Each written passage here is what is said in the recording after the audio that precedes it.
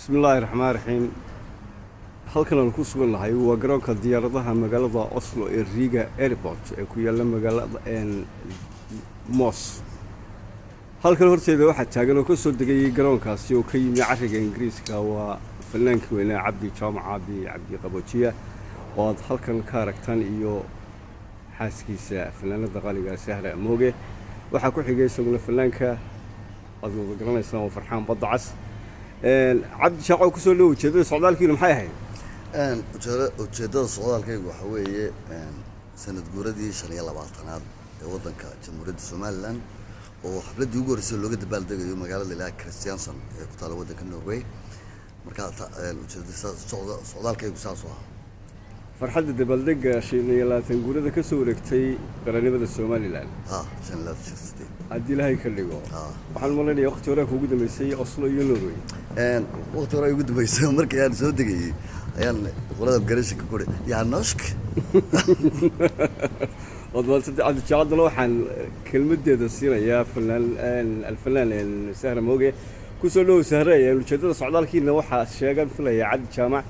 waa sanad guuradii 25aad aasaaskii qaranimada Soomaaliland. waxaan maleynayaa Oslo hadda kugu horeysay soo raadasay waan imid laba goor hore laakiin maanta way iga duwan tahay aad iyo aad waayo waa 25 jirsatay Soomaaliland waxaana xafladii ugu horeysay ee loo sameeyo waan ku faraxsanay aad baan u faraxsanay in anaga noqoto dadka maanta sameeyay xafladii ugu horeysay marka waa markii saddexaad laakiin sidaan kuu sheegay aad u faraxsantay maadaama aad dhigaysaan farxadii sanad guurada 25aad طبعا ها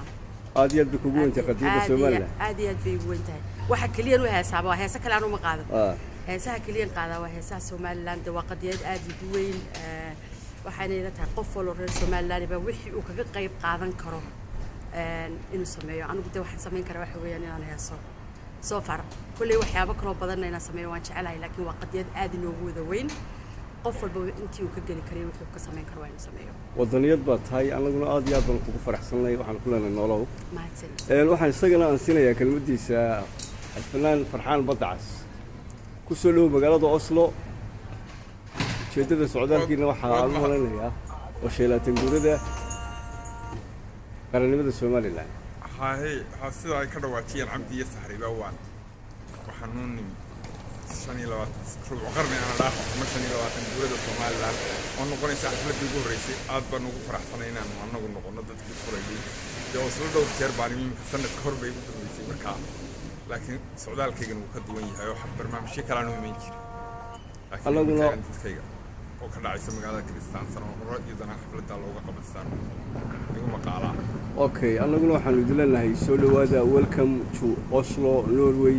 gacmo furban ku soo dhaweynaa farxadda iyo reereenta 25 guurada qaranimada Soomaaliland waxaan filayaa kullay in bulshada weynta reer Soomaaliland daafaha adduunka iyo dalka gudihiisa ay ku farxi doonaan kelmadaha ka dhawaajiseen waxaan idin leenahay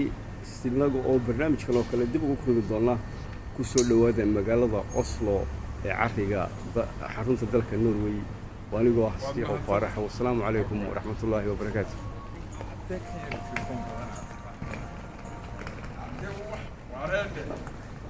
Hello.